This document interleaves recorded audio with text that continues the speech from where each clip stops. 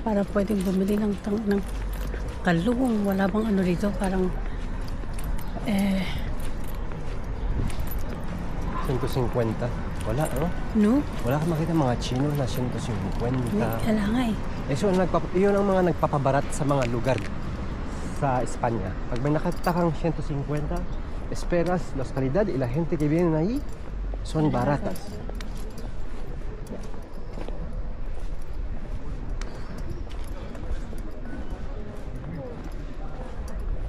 Ang galing, laging may pulis dito, no? Seguridad.